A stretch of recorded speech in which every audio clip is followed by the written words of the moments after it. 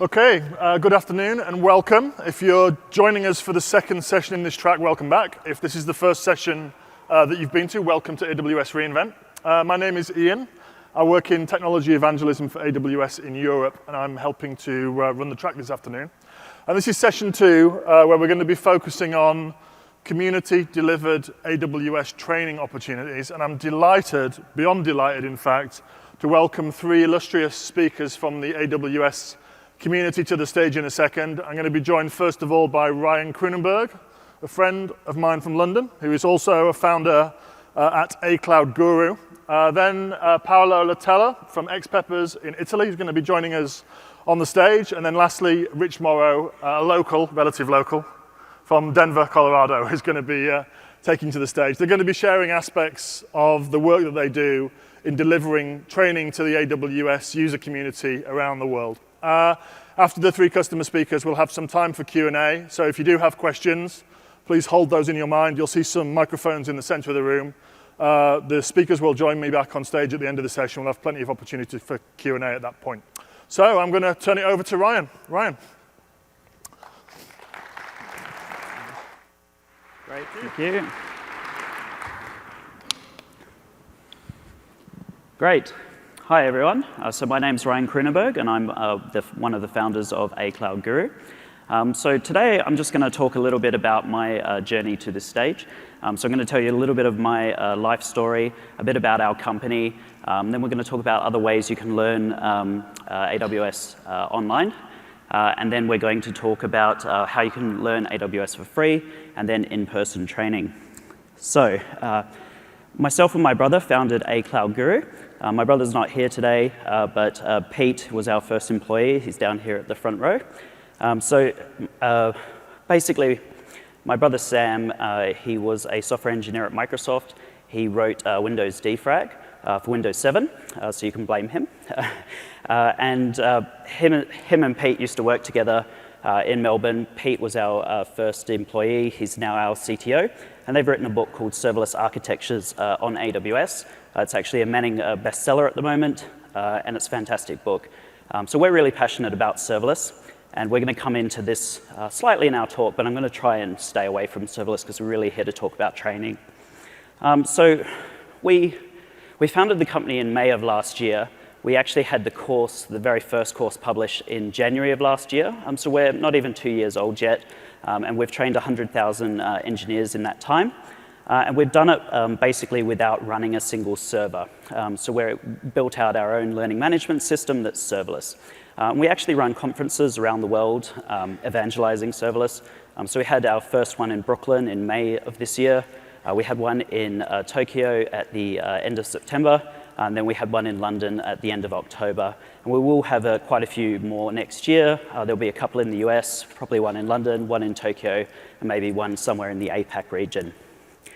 So my journey to learning AWS, believe it or not, I only actually got into technology in around 2009. I got a degree in accounting and finance, and basically I moved to the UK. I had a graduate diploma in immigration law, and I actually worked as an immigration lawyer for many years. I had my own practice, and I was teaching people showing people how to get visas to Australia, to New Zealand, to Canada, and into the UK. So I was very specialized in immigration law. And then the global financial crisis hit. And in the UK, the big problem was all the mortgages dried up. So nobody could get mortgages either to buy new properties, and nobody could sell their properties to emigrate over to Australia, New Zealand, and Canada.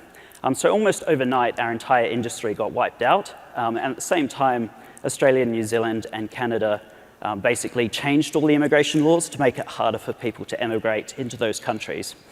So I was highly qualified, but there was no jobs. So I decided to go into tech. It was something I was always passionate about.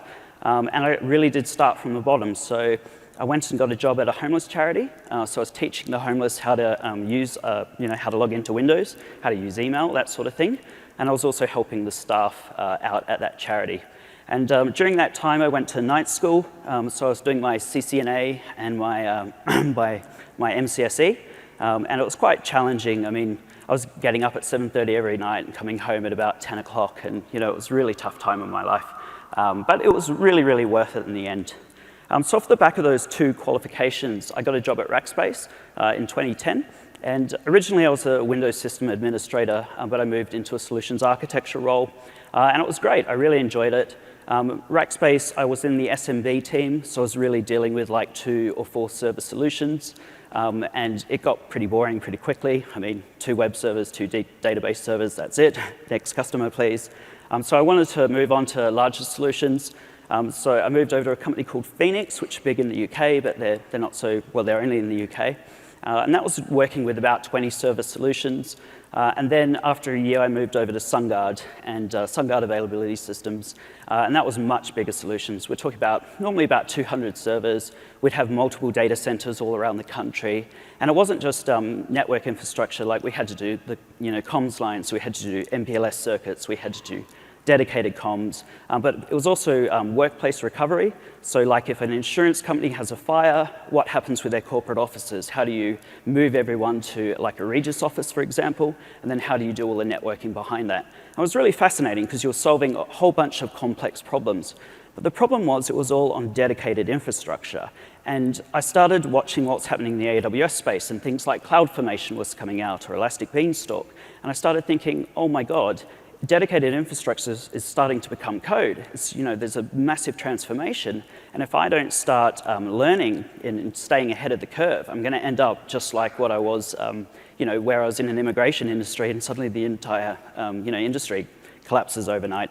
So I became really focused on learning AWS, but I was on a very tight budget. We didn't have any kind of training budget available to us, so I had to go out and learn this stuff myself. And I figured out there was only 4 certifications at that time, but for me to go out and do that, if I was going to do it like in classroom, it's going to cost me about £9,000, which was the equivalent to 1 year's tuition at university.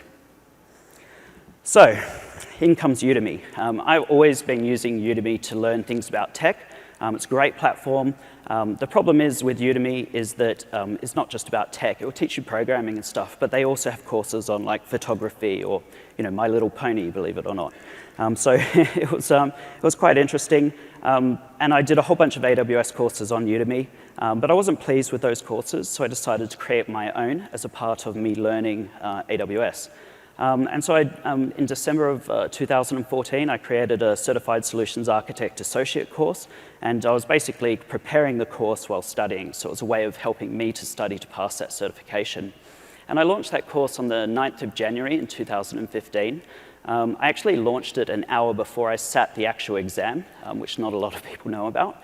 And I actually, with my mobile phone, I didn't turn it into flight mode, I just turned it into silent. And I put my mobile phone in a locker, which was behind me while I was doing the exam.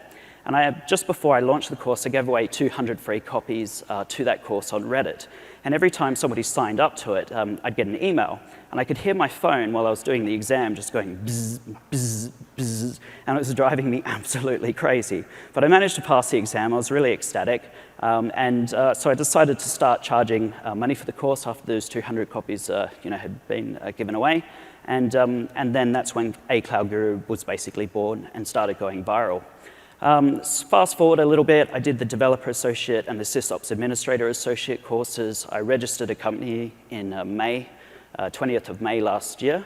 And then I said to my brother in about August that this was really starting to take off, and would he be interested in helping me build out a platform.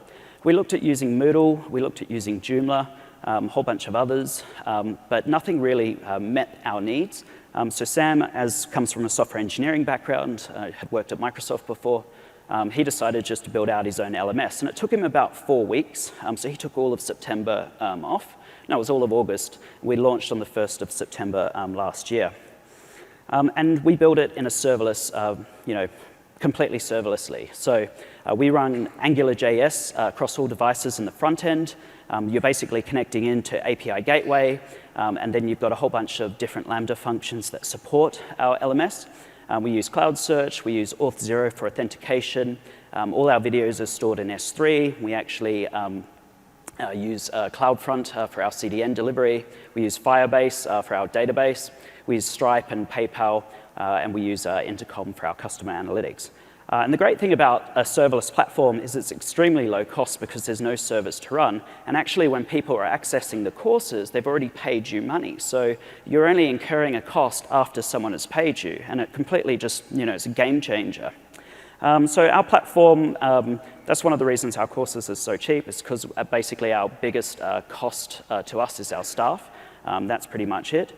Our platform has discussion forums, practice exams, and quiz questions. We actually have an Alexa app now, so you can practice all 5 certifications using an Amazon Echo, and you don't even have to be in front of your laptop or your PC. You can be cooking dinner and you can be learning DevOps Professional, for example. And we have 50 free questions for each certification on Alexa. So we have one of the largest online AWS communities in the world right now. We treat our platform very much like a record label. So we sign artists to the label and they get a share in all course sales. And this really incentivizes our instructors to continuously update their content and to be really proactive with students. So if a student's having a problem, instructor wants them to have a really good experience. So they'll be really communicative. And it just makes an overall better learning environment. And of course, if our instructors are really good, they can earn really good money and quit their full-time jobs and just do it. So we launch new courses every week. We have just launched our Certified Solutions Architect Associate course in Spanish now, so we're going into different languages as well. We've got a Portuguese version coming out, hopefully in the next 2-3 weeks, we'll see.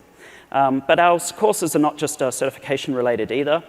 We've got an iOS with AWS course, so we'll teach you how to build out an Instagram-style clone, and then it uses AWS backend services. So it stores the photos in S3. We have API gateway, we have Lambda functions that basically will take those photos and generate thumbnails. We store metadata in DynamoDB. We use Cognito for identity. We have an absolute beginner's guide to developing with Alexa. You do not need to know how to program to do that course. We'll show you how to build out 12 different skills, and we'll show you how to basically hack those skills to do a whole bunch of different things.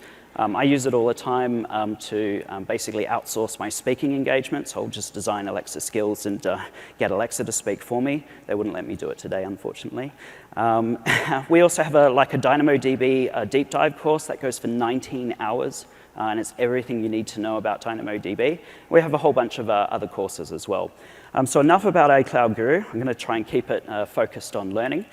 So there are other online courses and communities that you can use. Linux Academy is a great one. They're very good at DevOps in particular.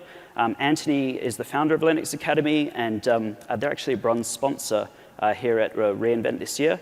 And despite us being competitors, we go out and have beers and chat. We try and not chat about work, but he's a really good guy.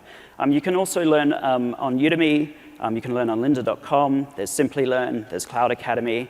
But you can also learn online for free. And there's obviously Quick Labs, which I'm sure everyone's used at some point. Quick Labs have a whole bunch of different free labs.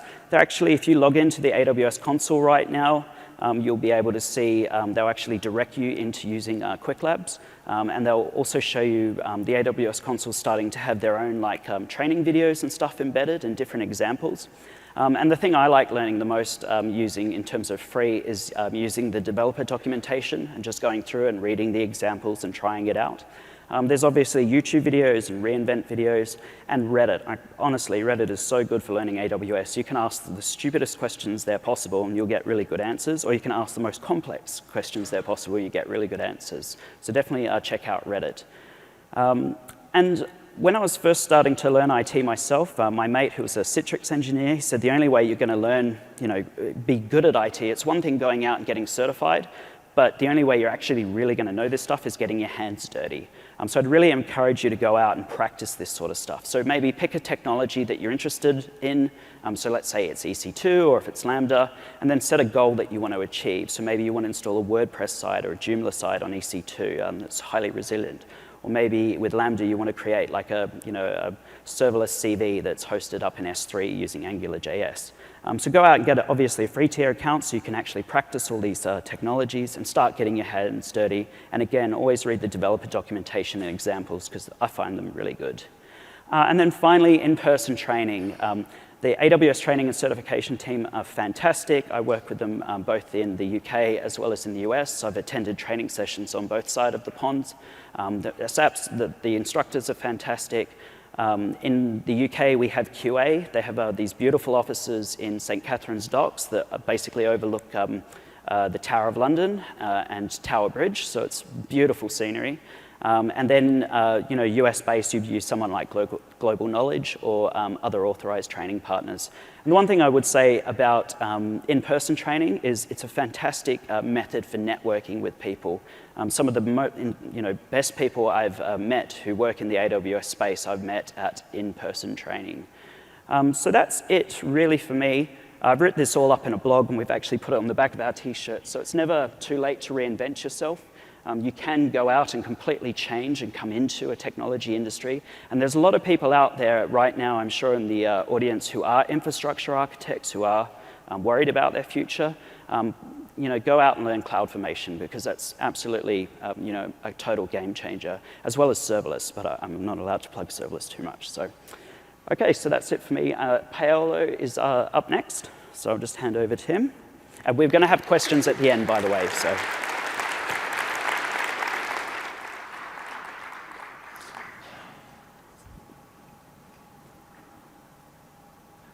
Thank you, Ryan. Hi, guys. I want to explain about become an AWS expert with 3 ingredients: learn constantly, fail sometime, do it with passion. About me, I am Paolo Latella, and working at Xpeppers as a AWS authorized trainer and solution architect. I work 50% trainer and 50% solution architect, and I am very happy because I can learn constantly and speak with the customer, try new cases, work hard. I work on AWS technologies since 2009, before with the solution architect and after with trainer. It's important to understand the ingredients for become expert, AWS expert. Share is important to share our experience and confront with the community about the case, the problem. It's important to learn, and we see a lot of topic for learn about AWS. It's important to fail, because the fail is important to share the fail and compare with other guys about how we done this solution. Where I started with my boss asked me, please migrate to our data center. Alexa, please migrate. Don't exist, Alexa. Is a problem, because is the new services for us. I started to migrate our data center reading AWS reference architecture. AWS reference architecture is very important because it's the first point, is a global overview about how we implement a solution. Because AWS reference architecture is similar to Lego. I have a block, a building block, and I can imagine how to use this block. But it's important developer or user guide, because about reference architecture you have a global overview. But the developer user guide go more in deep about how implement that solution. For example, a simple change about the name of our bucket can improve the performance of our application than 20 pair.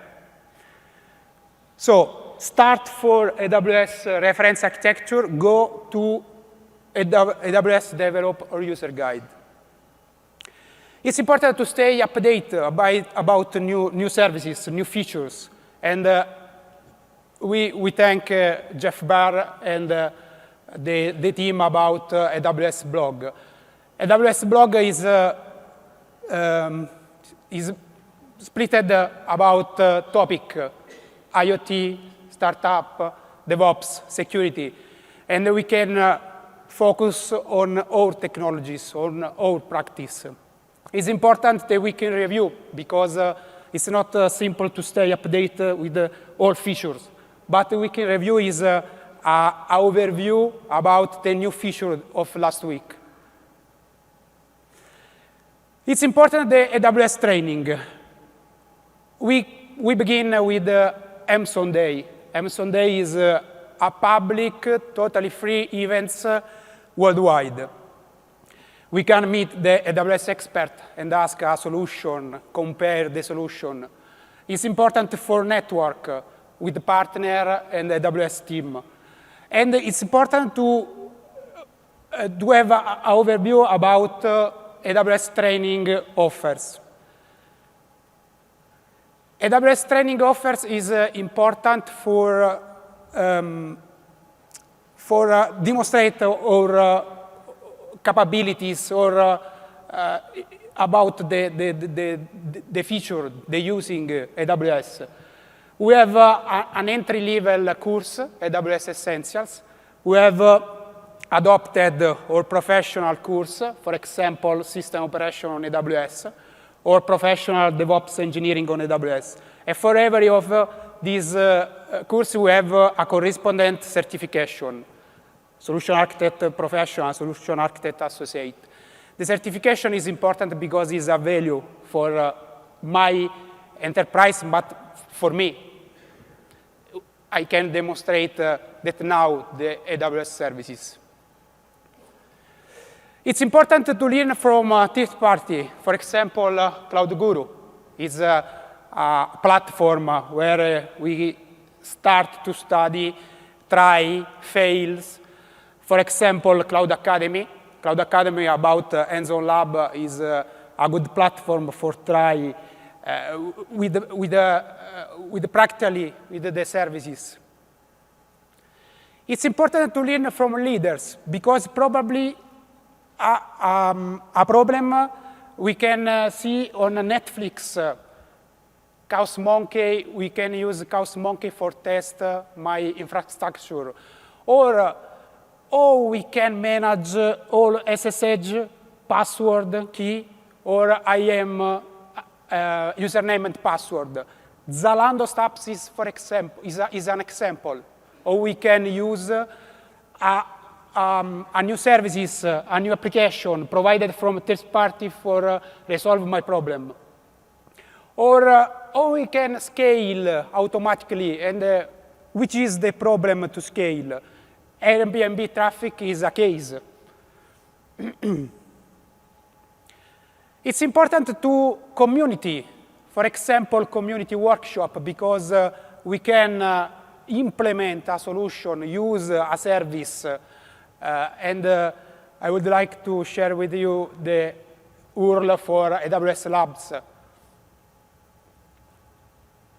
It's important to test from third party. For example, Kiwik Labs, and a lot of labs are totally free.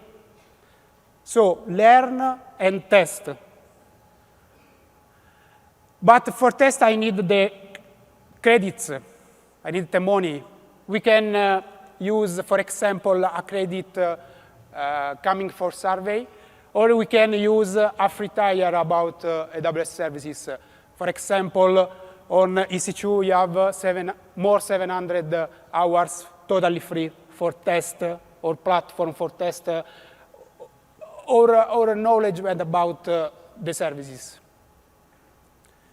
It's important, the passion, because I need to start to use a service, start from my passion. For example, I don't know before Alexa, AWS Lambda, and the only reason to start to use is find a case, my case, for my passion, and use the service for experiment. Fail and share is important, because if we fail and share the fail, I can get a feedback about how to resolve my problem.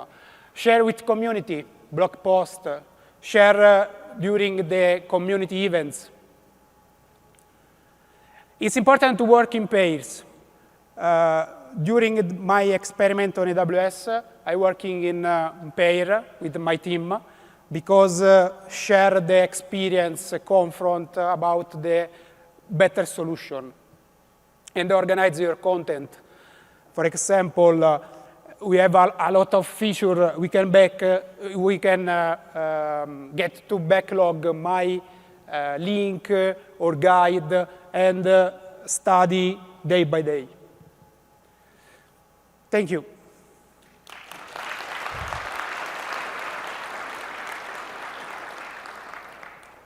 It's reach time. Sorry. Dropped all my stuff as I was going in there. Thanks, Paolo. Thank you. How you guys doing out there? Packed room, looks good. So my name is Rich Morrow. I'm going to teach you guys how to trip and fall your way to success, tell you a little bit about the 3 H's of training. I serve as the Global Knowledge Course Director for their big data and cloud arenas. Anybody here from Global Knowledge? Can you guys raise your hand? Instructors? Other, we got 1, 2, a couple, there's a few of us out here. We got a group of about 20 trainers that we've been working with. So I'm going to talk first about my favorite topic, John Malkovich. Just kidding. Who am I? I've got about 20 years, 2 decades in technology.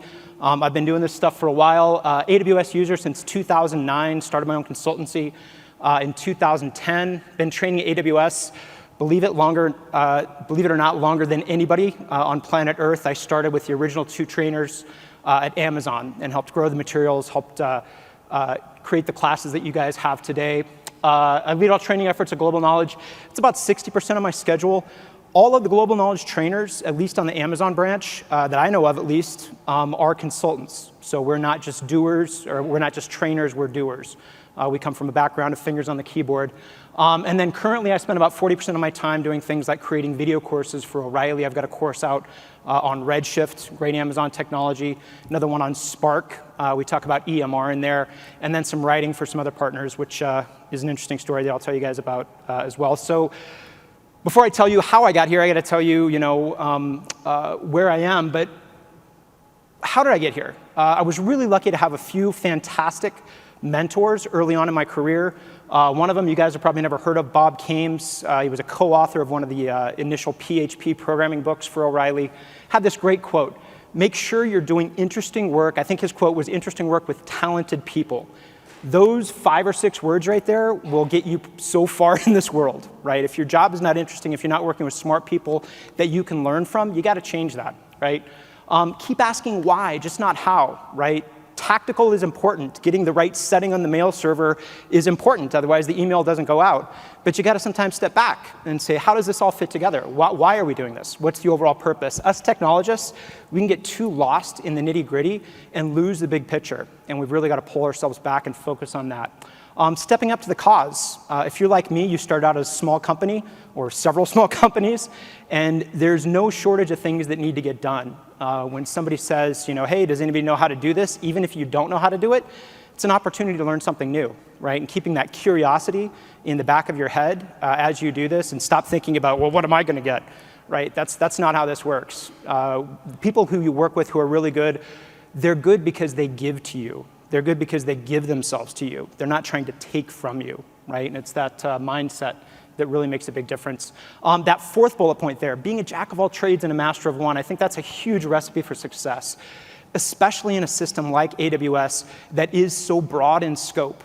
We're all up here saying that we're experts. I kind of refute that title. I'm not sure if anybody can be an overall expert in AWS. That's like saying you're an expert in technology. I'm not sure you can make that claim. But I can say I'm really good at Redshift. I can say I'm really good at Hadoop, right? And then focus in on those things. And then making sure you're listening. What can I do for you is what it should have ended up saying there at the end. Take it from that approach, not what can I take from you. So Ryan had talked about pain being a great teacher, right? He went through that exercise of losing his ability to do what he used to do with the immigration. Same story in mine, right? When I decided to create my own consultancy, I'd had 2 decades in technology, but what I realized is what Ryan said. The code was literally starting to write the code. A lot of the stuff I did, systems operations, wasn't really needed anymore, right? And I took a step back and said, wow, wait a second, just because I've been doing this for 20 years doesn't mean I'm going to be able to do this the next 20, right? At the time, I was a dad, single income earner, 2 children, a 5-year-old and a 2-year-old. Failure was not an option.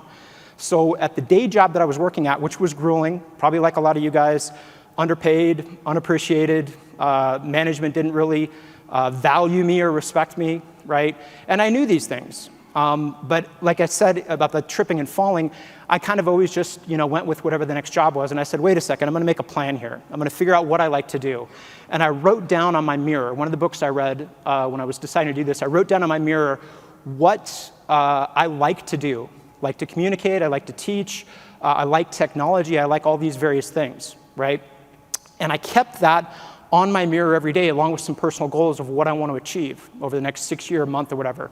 That was a great motivator for me, and it also helped me sift through every opportunity that came in when I started my consultancy and compare it against that list, right? How does this fit? Maybe I don't know the exact job that I want, but I'll know when I see it because it's going to have these 5 or 6 attributes. So just like Paulo and Ryan had said, it's all about passion. What do you enjoy? What is work that you enjoy so much it doesn't feel like work, right? When you're in that mode and you're in the flow, it's not being forced to do it. You're going to do it anyways, right? Find a job like that. One of the sales guys I went to, and I asked everybody around me, what did you enjoy about working with me? What can I improve on? And what is the market looking for? And this second quote, do what you say you're going to do, was huge. The sales guy that I worked with said he can't count how many folks that he talked to, technologists, that he said, promised one thing and then they under-delivered, right? Under-promise and over-deliver. And I took that to heart as well. Don't let others tell you your value, especially if you got one manager at one company. That person may not really understand who you are and where you fit. And that's certainly the case that I was in my last job. And then also, it's kind of sad, but we live in an environment where people are becoming less and less trustful of everything. And that really works to your benefit. When you're somebody who comes off who actually genuinely is true, and you can relay that, and you can follow through and do what you said, that's huge, because so many people are so used to being lied to, right? And then the last 2 bullets there, it's really important to do marketing. If you're not marketing yourself properly, you're doing your clients a disservice, because they may not respect, they may not understand how you compare it to somebody else, and they may end up getting a botched project because of that, right? So one day in June 2012, I got a call out of the blue from somebody named Dennis Pinto at Global Knowledge, and I had never worked in the training space before, and he said, can you be on a plane in 3 weeks to England? And after about 2 minutes of conversation, I realized this was not, in fact, a Nigerian scam, which I was expecting to learn, but it was a real opportunity. And I went to my mirror, and I looked at those things: communication, teaching, boom, boom, boom, check, check, check. Yes, I'm interested in doing this. And that became, what I'm doing right now. The first delivery, by all accounts, should have failed. Global Knowledge was the very first partner that Amazon brought in, external. Amazon had 2 instructors at the time. I was new to teaching, right, as a full-time job. I was new to the entire relationship. There were about 16 variables that should have caused it all to fall apart, but it worked. We all juggled, we all made it come through, we made it better with every delivery. And then there was another trip out of the comfort zone when we realized that first client that we had, the work after about 2 or 3 months had dried up with them. And we were so early to the space, we hadn't got traction on the Amazon side. But Global Knowledge came back to me and said, look, looks like you've been doing some Hadoop, can you do that as well? And I said, great, let's give that a try. And then of course, back to the LinkedIn and Google thing, putting that on my LinkedIn profile turned into other opportunities. With O'Reilly, GigaOM called me in 2012, right? Everything just kind of fell into place. And then one of the very last things about myself, this is interwoven into everything that I think both Global Knowledge and certainly Amazon does. And this is a quote from Evan Brown, the second ever Amazon trainer, one of my mentors back in the day, said, be helpful, humble, and honest, right? And I think this is especially true in training, but if you carry that through to everything, 3 very, very powerful words, right? So let's talk for a couple minutes about my amazing client. So one of the things that really sets us apart, I think, is our culture. And how many folks have read the Netflix manifesto? Anybody? A couple of us? If you haven't, go and read that right after that, or just skim through this. It's fantastic. We embody that culture. It's all about this: openness, humility, respect, and very importantly, customer focus. One thing I learned right away for teaching with Global Knowledge is they are incredibly respected in the industry. We are the probably oldest training partner on the planet, 25 years that they've been alive, and definitely the largest as an overall training partner globally. And we created several things, right? An internal help network. Each one of our instructors has a different specialty. I know a lot about SMBs. I know a lot about certain services. Other folks on our team know enterprise, or know big data better, or know IoT, right? And we can leverage those folks. And when we've got a tough question, a stumper from a student, we can pass it to that list and we can get feedback really quick. I have not seen a question go unanswered in any of our classes without a good, poignant answer. Internal private wiki to help folks get up to speed. And then just, of course, managing the vendor relations with GK's customers and partners. Building a world-class training team. It's about hiring doers, not speakers. Paulo and Ryan both talked about this. You got to have somebody who, when the tough question comes, they don't go deer in the headlights. They're like, yeah, I've done that before, and actually what you want to do is this, right? Demand experience. Not everyone can or should know everything, but you should be able to say, articulate what you do well, right? Make sure your team is diverse, and ours definitely is. Like I said, there's folks that come from a variety of backgrounds, and we each complement each other. And then, of course, demanding the best and fostering growth from everybody. I know that a lot of this sounds trite, but it's oftentimes the trite things that are hard to do on a day-to-day basis, right? We forget about them, we put them in the background, yeah, we're doing that, and we realize, oh yeah, actually we're not. So let's talk about you guys finally, how to get the best training. Like I said, I've been doing this longer than anybody on the planet, so I think I've got some good insight for you here. Repeated things I see in every class, right? This is a big problem. Managers, somebody shows up with class, yeah, my manager signed me up for this. Well, maybe that's not the best approach. Really, maybe you should have been in this other class. Or maybe your manager didn't really understand, didn't really read the outline. You guys are probably thinking different RTO there, but read the outline. Make sure you understand what you're getting into, right? A lot of us have training budgets, and we're like, yeah, I'm going to Amazon training. How many classes does Amazon have currently? Anybody know? Take a guess. Somebody give me a number. About 20. Not 1,000, but close. About 20, right? That's a lot of variety in the various classes that we got out there. Read the outline, right? A lot of folks that come into class and said, yeah, I thought this was certification prep. No, we have certification prep classes, but those are like half-day classes, right? Amazon will tell you straight to your face, the architecture class is not meant to be certification test framing. We have a class for that, but it's specifically for that, right? And then the virtual versus in-person, Global Knowledge is one of the few, or possibly the only company, I think. We used to be the only, I'm not sure now, that does virtual. Big benefit to doing virtual. The first time I did virtual, I thought it was kind of weird. I'm staring at a monitor, are there real people out there? What's really going on? And I realized it has a lot of benefits. I can draw on every slide, and I draw like a madman, right? I think my folks in my virtual class get better experience. We give our recordings, free access to the recordings for a year after the class. So if you got pulled on a production issue for half of a day, or your brain was somewhere else when the instructor was talking about X, Y, or Z, you can go back and review that, right? Not possible in an instructor-led class. There's quite a few links in here as well, guys. This one right here, this GK AWS, is a direct link to all of the Global Knowledge offerings, and we do teach every class with Amazon authorized materials as well. Preparing for training, make sure you assess the gap of your skills versus the outline. A lot of folks have come into class, like an advanced class, and they didn't meet the basic prereqs, right? In these classes, prereqs are so important. It used to be that the architecture class and the SysOps class, probably two of the most popular ones we got, they had extensive overlap on the first day, probably really like half day to 3/4 of the first day. They took that out and moved all that beginner stuff to essentials. So make absolutely sure if you're signing up for a training that you have met the prereqs. If you did not meet the prereqs, you are not going to have a good time in the class, because we're going to be talking up here and you just learned how to spell AWS, right? Don't be late. Again, sounds like an obvious thing. I once had a student come into class 90 minutes late, sits down, raises his hand. What was his first question? Can you just summarize everything you just went over? No. It's 90 minutes late, right? I gave him like 30 seconds. I'm like, well, here's some links on the board. Make good friends with the guy sitting next to you, but we got to move on, right? If you're late, it's going to cause issues. Errata in the labs. Amazon changes really, really quickly, right? And one of the ways that they keep up with that is when the web GUI changes or something changes about the technology, we create something called errata, right? And make sure if you're taking labs with us, and this is true of any Amazon class, make sure you ask the instructor, is there an errata document? Because they've got 20 things going on.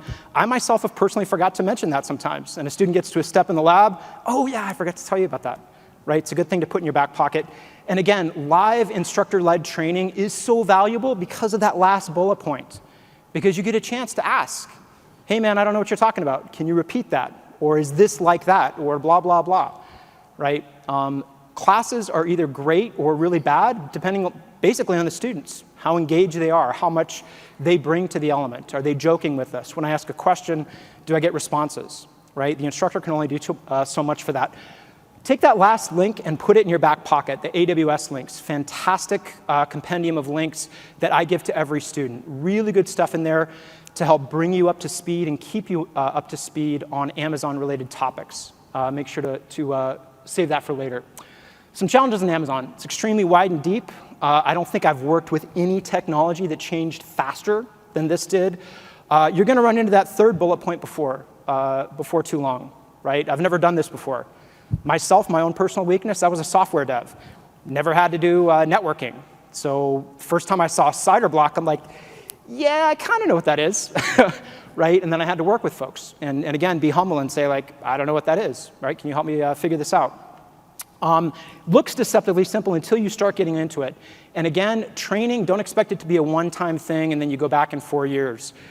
Your training budgets really need to accommodate the pace of Amazon. Expect to be retraining, recertifying at least every year or two, even if it's a new class and new technologies you're picking up. And again, to Paolo and Ryan's point, the YouTube channel on Amazon's great. Lots of stuff out there will help you with this. Getting certified, again, Amazon page there for certifications, Cloud Academy and Linux Academy, great quizzes and test prep. Like I said, I don't think there's any substitute for live instructor-led training. You can get it a lot less expensively over there, but again, you don't get chances to ask questions. Test-taking tips. Make sure you read the blueprint. Make sure that you shore up the gaps before you get into class. If something in the blueprint is unclear or you don't know, talk to us. Talk to the Global Knowledge Sales staff. They'll get you in touch with somebody. Take your test in waves when you actually go to get certified. What I tell folks is Amazon lets you take one pass through the test and then go back and take a second and third pass. In the first pass, anything you can answer in 10 seconds or less, boom, that's the ones you answer. Go all the way to the end and then take another pass. And then it's anything you can answer in 30 seconds or less, right? And then the last time through or the last couple times, you got to pull the trigger and just move. And then again, don't be like me. And I think I took, because I was in a state where they didn't have testing and I had to fly to Seattle for an Amazon commitment. And working with them, I actually stayed an extra day and took, it was either 3 or 4 tests in one day. That's grueling. Don't do that, right? Make sure you only take one test, and you can take them right here at reInvent. So again, it may be falling with style, but if you're like me, you can trip and fall in the right direction and recognize a good opportunity when it comes along and latch onto it. Any of you guys who are interested in training, feel free to contact Dennis right there. Tell him Rich sent you.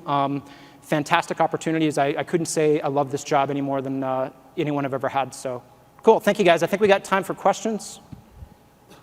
Thank you, Rich. Absolutely. Cool. So can I